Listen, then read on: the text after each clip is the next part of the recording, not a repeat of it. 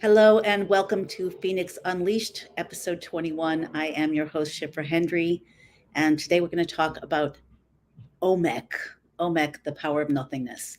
I apologize, first of all, for being late. I'm busy getting ready for the upcoming summit, Chaos, Healing, and World Change, which will start on May 15th. So save the date in your calendar. It's going to be pretty spectacular. I have a combination of some amazing expert healers, luminaries, just from the world out there. And then, of course, also some amazing, extraordinary Torah Kabbalah experts. We'll have time. A lot of the speakers will be taking questions. We'll be connecting to the field of possibility. It's really not something to miss, especially right now. So I want to keep this from being too long, but I do want to talk about something that is a deep, deep concept and so apropos and so important, especially right now, and especially if we want to use these times of turbulence to help facilitate change. So what is OMEK? OMEK literally means depth. Amok means deep in Hebrew.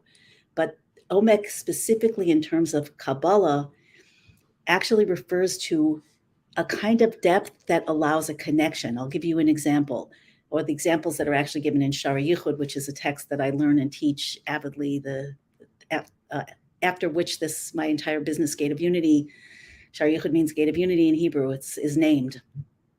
Really, it's the portal to divine consciousness. So there, OMEK is discussed in chapter 1. And what is it? It is the place where two opposites meet.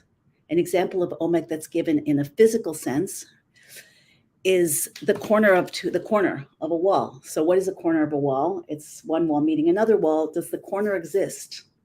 If you really get right down to it, which molecule, I'm looking at a corner, belongs to this wall and which belongs to the other wall? So the OMEK actually isn't either wall, and yet it connects the two. So if you break it down into small enough details, the OMEK is literally in another dimension. It exists in a state of non-existence, and it connects to opposites. The next example that I like to use is the example of the present moment. And this is really apropos to all of us. So what is the present moment? Does it exist as part of the past or part of the future? No. How big is it? It doesn't actually have any dimension. It doesn't take up any time. And yet it is the only place where time can actually be worked with. So the OMEK of time, the present moment, connects the past and the future without being part of either. So again, like the corner, it exists in a different dimension, slightly below this one, and yet it's very, very real. Where is the past? Just to give you an illustration, where's the past? Does it exist? Can you point to it? Can you touch it? Can you change it? Can you connect to it in any way? Only in your memory. It exists in your mind. It's a concept.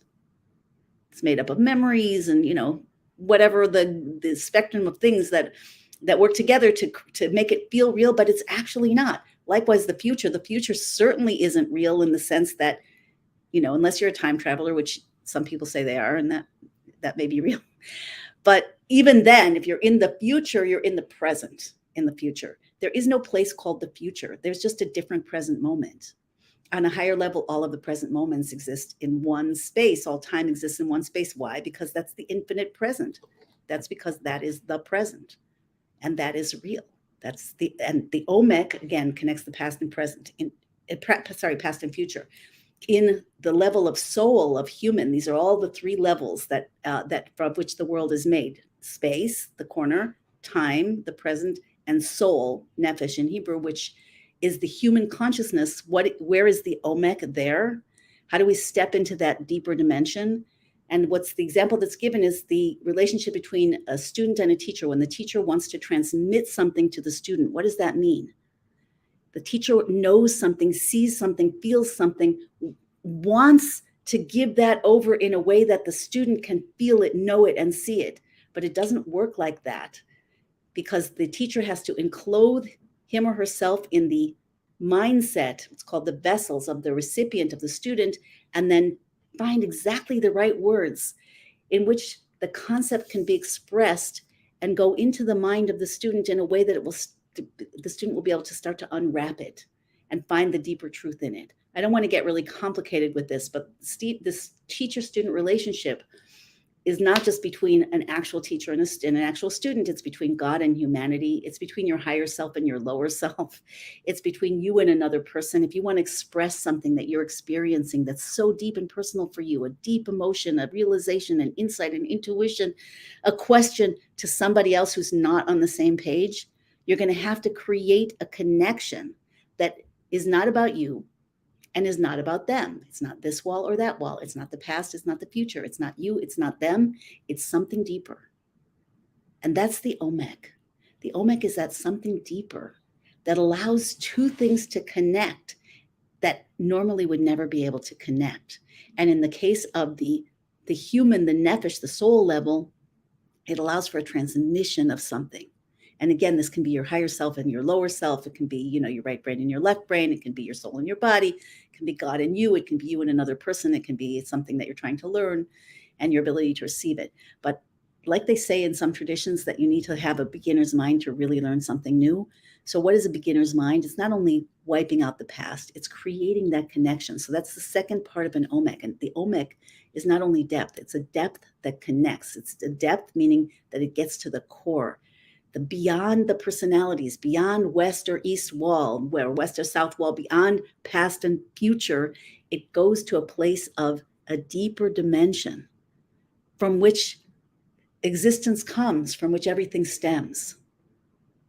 So basically, in order to facilitate a transmission on any of these levels, to change something, to be something different, to emerge in a different way, to resolve a problem or issue that you haven't been able to resolve until now, to be able to receive a deeper consciousness, a deeper power. We're talking about, last week's, we're talking about our power to do miracles and how we must activate that. Miracles by our nature. So what do we have to do often? We cannot get, just like you can't get to the future from the past. You can keep beating up the past, or trying to repeat the past, or trying not to repeat the past, but that just drags the past into the future. You can't get to the future from there. You're stuck with the past. So likewise, when you hold your consciousness and your reactivity to something in your life or in the world, when you're still in the same mindset, the same frame, the same, whole system of that wiring inside of us that causes us to get triggered and then go down the same track again and again and again, from trigger to response or reaction, trigger to response, reaction, result, we end up recreating the past as if it were the future. Why? Because we're not stepping into the OMEK. We're not stepping into the present. We're not stepping into the nothingness. So an OMEK is not past, not future. It is not this wall or that wall. It is not my way or your way, the way I see the thing or the way you see the thing. It's the connection between those opposites that allows for something new to emerge. So in order, and this is the core point here, we are being shaken to waken. There's no question about it. We're being shaken up, and it's accelerating, and it's going to accelerate more. And at the same time, again, I'll remind you that you can either identify with the shell that's cracking, and it is, or the new life of that chicken. We don't have to be chickens, but that new life that's emerging, that new world that's emerging. You can either identify with the caterpillar melting down into gel, which it feels like sometimes, or you can identify with that new form of existence that's emerging. In order to make that shift, in order to allow for the new to come in, you must bring the old into a state of nothingness. You must find that OMEK within your being, where you're willing to just allow the past to be in the past, the future to be in the future, and you in the present connect to that deeper self, that deeper light, that deeper desire, and sit there. Sit with it until it really settles in. It's more complicated than what I'm saying, because when you connect with the desire from the future that you have not been able to activate, when you're still stuck with stuff from the past that keeps repeating and it's so painful. So you have to go in beyond your reactivity to that pain, go into the core energy of your being. Where is that in your body? Where is that reaction? Where is that fear? Where is that shame? Where is that anger? Go into where it is in your body. Get out of the story and go into the core. So another way of describing OMEK in this context is connection to the deeper core of what's happening. So as you do that, you're moving out of the story, what we'll call the something level, into the nothingness level. Just like in quantum, the what do they call it? The quantum soup, quantum superposition, where all possibilities exist. But how do you get to all possibilities? You can't get to a new possibility by fighting with the old possibility. It doesn't work. All it does is repeat the old endlessly again and again. And oftentimes it gets worse. We get more reactive. It's more painful. We feel more stuck. The story's stronger. The beliefs are stronger. They're true. So the way to get from across the chasm, across the gap between past and future, is to go into the OMEK of the present. And there, the way to get in the present, across the chasm, the gap between your current and past way of thinking of things, your beliefs, your emotions, your neural wiring, etc., to a new way, creating those new vessels, to use the Kabbalistic terms that will allow for a new flow of new potential and new light. The caterpillar emerging instead of the butterfly melting down. You need to go into the OMEK in your soul, that place that's beyond your identity, that place of nothingness, that's beyond the story that started forming when you were born, maybe before. Okay, so to go beyond that doesn't mean to wipe it out or fight with it, but means to go into the place that precedes it. There is a space in you, that is way beyond your story. Way. And that's, just to keep it short and simple, even though it's more complicated, that is your soul. That is your purpose. That is your core desire that your soul keeps coming down in order to create an experience, to manifest in this universe. That's the level of OMEK, to let go of the entire identity that goes with all, our identity includes expectations, fears, needs, shoulds for the future as well, but it's not the actual future. It's actually the past. Why do we need something? Should we do something? It's because of what, those beliefs about ourselves, or those traumatic experiences, or whatever that occurred in the past, ours or other people's. So the OMEK within your nefesh, within your soul level, is that nothingness that is really your core. It's not actual nothingness. It's actual more like everythingness. But it's nothingness in terms of its boundaries, its definitions, its fixed nature, its solidity, the whole story drama level. So in the present moment, you have the power to sink into, to connect deeply with, and this happens through letting go and letting go and letting go. Meditation seeks to do this. Energy healing works like this. That's why it can create such profound and even miraculous changes, because it's not working with what already is. It's dissolving what is in our consciousness, and our consciousness is creative, and allowing for something new to emerge in that OMEK, in that space of nothing, that's actually a deeper potential something lying just below the surface of where we are right now. So to put it another way, and let's just do a quick closed eye exercise. I think I'm going to keep it short this time. But just, if you would, just close your eyes and feel whatever you're feeling in your body. Become aware of your body. You can scan from your toes up or your head down. Just feel whatever you're feeling. First of all, the sensation of the air moving on your skin. If your hair is tickling your cheek. What does it feel like to have the chair pressing up against your thighs, the backs of your thighs, your feet on the floor? Do you have any twinges? Do you have any sensations, pleasurable, uncomfortable? So just take a moment and scan that and just become aware of that. You want to be listening. Listening is another way of stepping into the OMEK. Most of the time we're talking, and I don't mean with our mouths. We're talking to ourselves, that little inner voice. Hi, there's something wrong. I don't like this. This is scary. It's bad. What's going to happen? Ah! And it talks, in words. It talks in images. It talks in our dreams. It talks in our subconscious. So we want to listen, because listening dissolves the inner voice for the moment, and it creates a space. And that space is also OMEK. That's a space of co-creation. So again, with your eyes closed, if you've opened them, just feel everything you're feeling and just allow for it. Make space for it. Let go of the reaction and become curious and listen.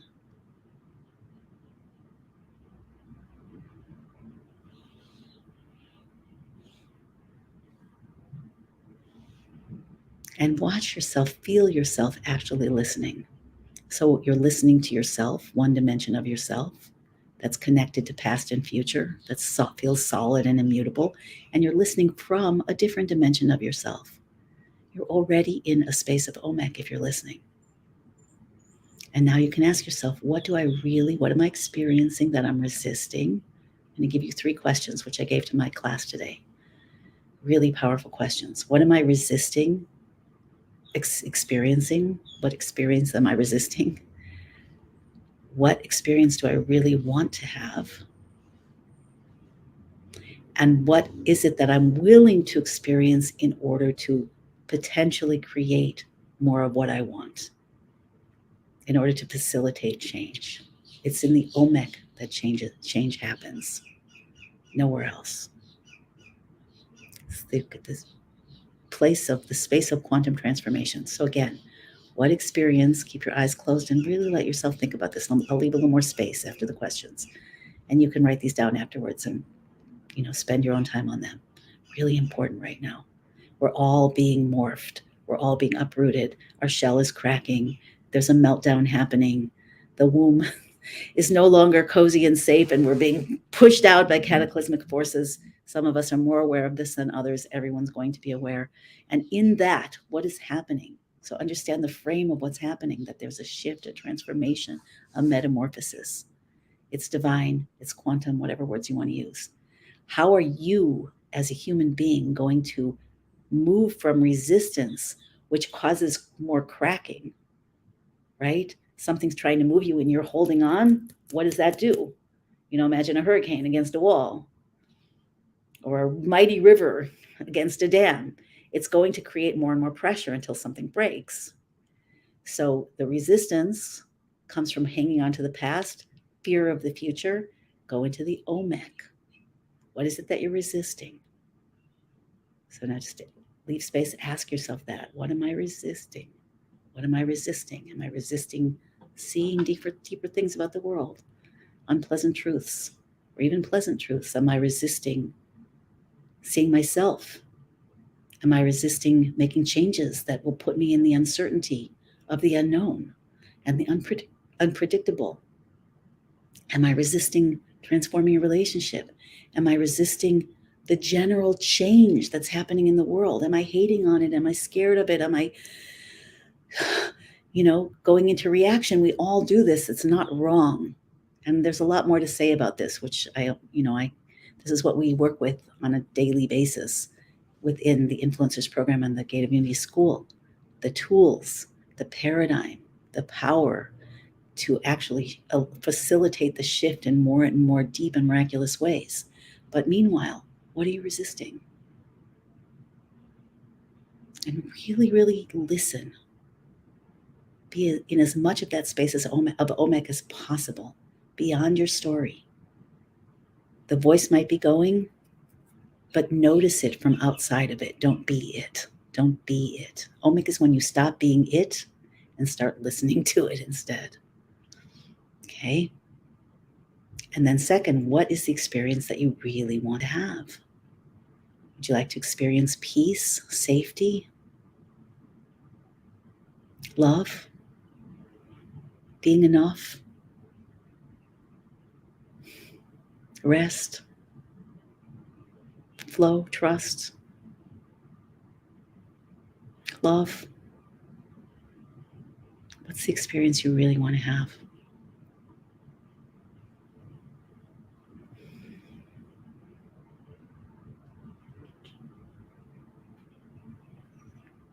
And then, last but very much not least, what experience are you willing to have that you've been resisting in order to have more of the experience that you really desire?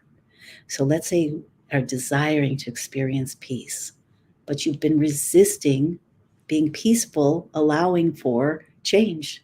You've been resisting letting go of expectations and needing to know. You've been resisting the energies all around you. You've been resisting the realities of the world as they're presenting themselves right now. Resistance can be very subtle or can be very overt, but resisting is just when you're not aligned with it. It's not okay with you. It's really not okay. It's just not okay. It's not okay. It's so not okay. That's resisting. It's natural. It's inevitable. But now that you know about it, what do you want to experience instead? How about divine love? How about soul power?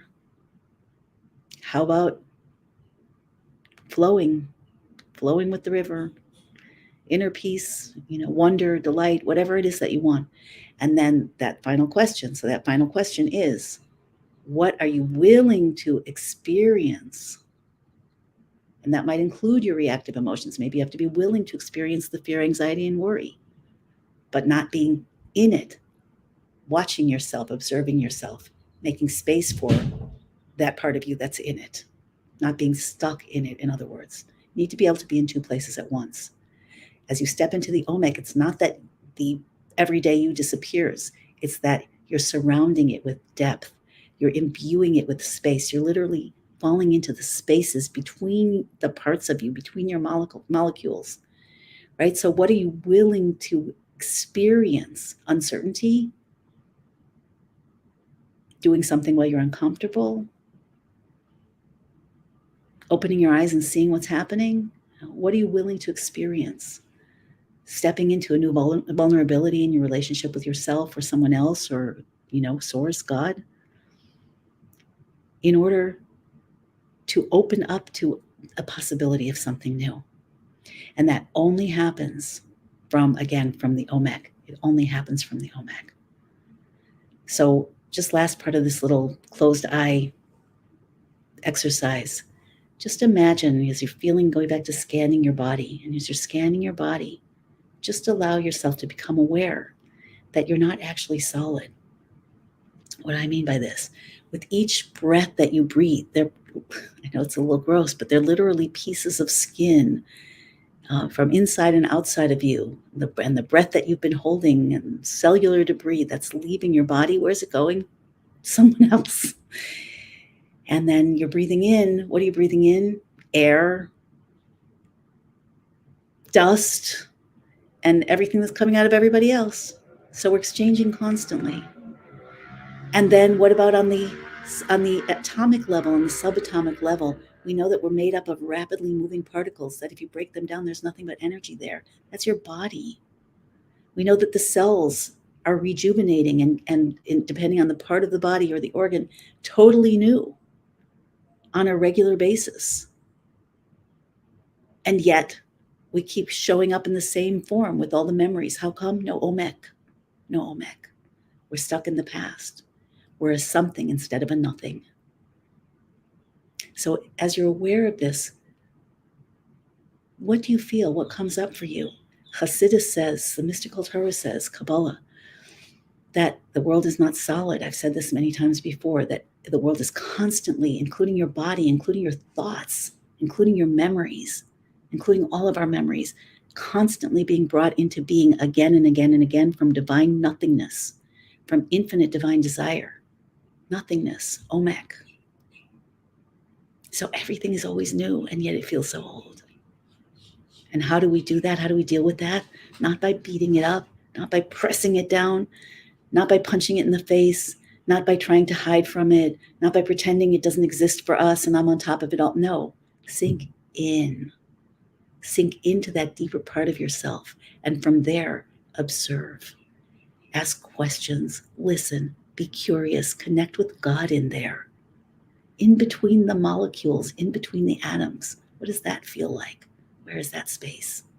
And if you notice, I'm asking you questions, and that is because the question, the listening, that will pull you into the OMEK. And that's where things can actually change. Okay, leaving it at that for now. Put May 15th through May 26th on your calendar.